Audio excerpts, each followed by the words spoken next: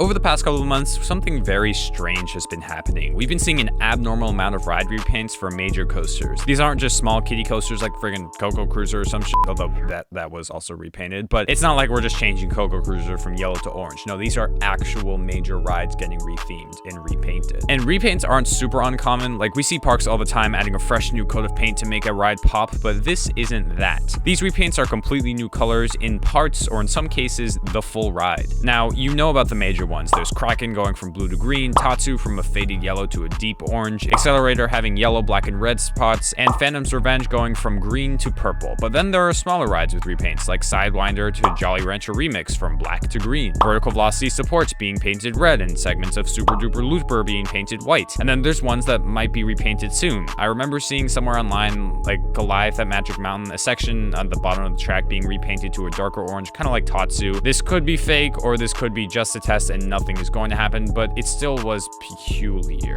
Let's go with that. One that's pretty set in stone though is Bizarro having a segment painted a bright green. A lot of people are speculating this could be for a Riddler or Aquaman retheme. Regardless, I don't really care. I like Bizarro's theme and the purple track, and we already have a green B&M looper at Great Adventure. We don't need another one. So if we count all the ones I just listed, that's 9 potential repaints, with 7 of them being confirmed and done. That's a lot of repaints for one off season, changing to completely different colors. So why is this? Why have all these parks decided that 2022 is the best year to give all these major rides a fresh coat of paint? Well, ladies and gentlemen, I've come up with the answer to that question that no one is asking. The reason these parks are repainting is because they want to have a new attraction without actually having a new attraction. Let me explain, because that wasn't really the best explanation. Every couple of years, there will be a new big coaster or attraction that keeps people interested in the park. But between those years, there will usually be smaller additions that keeps the audience hungry without having to spend too much. This can take the form of a flat ride, a new restaurant, or a kids area. However, with these parks still kind of recovering from the pandemic, most parks don't have the budget to add one of these mid-sized rides. Parks need to have new additions just like YouTubers need to make filler videos. They're both making sure their audiences don't get bored.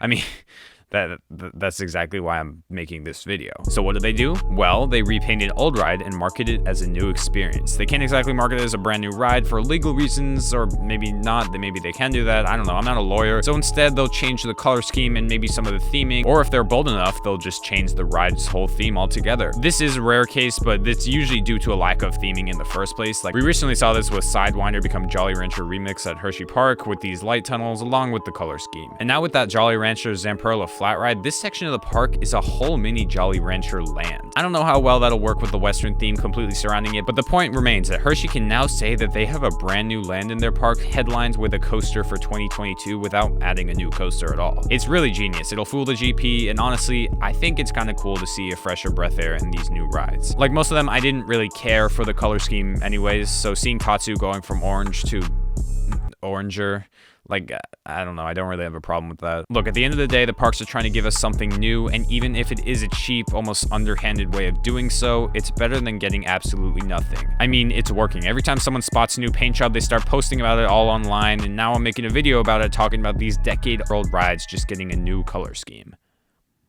Maybe I'm just playing into their schemes. Am I part of the problem? Am I brainwashing you guys?